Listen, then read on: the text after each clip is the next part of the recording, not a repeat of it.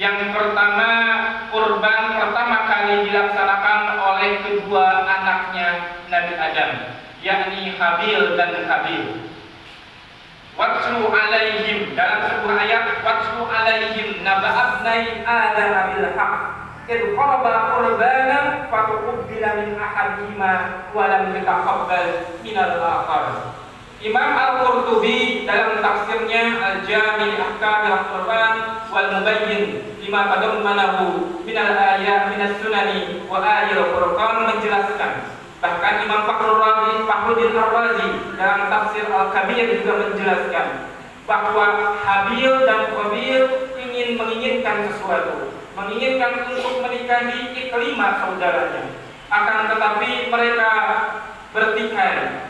Mereka merasa yang paling berhak. Oleh karena itu Allah memerintahkan untuk berkorban. Habil diperintahkan untuk berkorban dengan ternaknya karena dia adalah seorang peternak. Sementara Qabil diperintahkan untuk berkorban dengan hasil panennya karena dia seorang petani. Akan tetapi ada yang beda. Kalau Habil mencari yang terbaik dari hewan ternaknya untuk dikorbankan, untuk dipersembahkan kepada Allah, sebaliknya Qabil malah mencari yang jelek dari hasil panennya untuk kemudian disembahkan atau kemudian dikorbankan kepada Allah. Diriwayatkan dalam tafsir Ibnu Katsir, mereka berdua menyimpan kurbannya di sebuah gunung.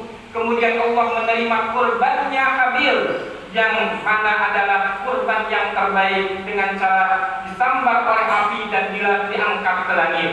Hadirin yang dirahmati oleh Allah, ini adalah sejarah kurban yang pertama. Sejarah kurban yang kedua, sebagaimana kita sudah tahu semuanya, adalah kisahnya Nabi Ibrahim. Nabi Ibrahim meminta kepada Allah, Rabbi habli minas shalihin. Ya Allah, karuniakanlah kepada kami, kepadaku anak yang soleh. Setelah sekian tahun lamanya Nabi Ibrahim menunggu, akhirnya Allah Subhanahu wa taala fabasyarnahu bigulamin halim. Allah menjawab doanya dengan memberikan putra-putra yang soleh, Nabi Ismail dan Nabi Ishak. Kemudian Nabi Ismail ini membantu Nabi Ibrahim dalam membangun Ka'bah. Ketika Nabi Ibrahim sallallahu alaihi wasallam membangun Ka'bah dan menyelesaikan Ka'bah ini, dia sangat cinta kepada Nabi Ibrahim karena dia adalah anak yang soleh. Tapi ketika cintanya ini berada dalam puncaknya, Allah Subhanahu wa taala memberikan perintah yang sangat aneh, yakni menyuruh Nabi Ibrahim untuk menyembelih anaknya Ismail alaihissalam.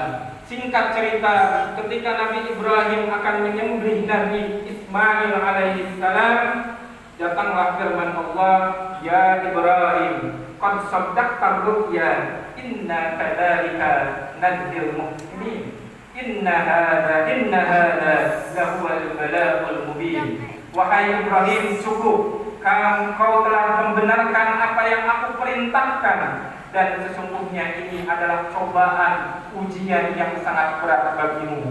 Wa fadainahu bidzibhin 'adzim, dan kami mengganti Ismail dengan kurban atau dengan kabash atau dengan domba. Dalam riwayat Ibnu Katsir, domba yang menggantikan Nabi Ismail tidak lain dan tidak bukan adalah domba yang diambil ke langit ketika kurbannya Habil diterima. Sehingga dua cerita tentang kurban ini saling berhubungan satu sama lain. Hadirin sidang sholat Idul Adha yang dirahmati oleh Allah, dari sejarah kurban ini yang terdapat dalam Al-Quran, kita bisa mengambil dua pelajaran. Yang pertama, ketika kita ingin mendekatkan diri kepada Allah, berkurban kepada Allah, yang pertama, pilihlah yang terbaik dari apa yang kita punya, harta kita, tenaga kita, pikiran kita. Kenapa demikian? Karena ada firman Allah, Ya ayyuhalladzina amanu anfiqu min thayyibati ma kasabtum. Wahai orang-orang yang beriman, sedekahkanlah, infakkanlah yang terbaik dari yang engkau usahakan. Wala tayammamul khabitha minhu tunfikun, jangan cari yang paling jelek untuk dinafkahkan, untuk disedekahkan. Ini adalah pelajaran dari sejarah atau historis kurban yang pertama.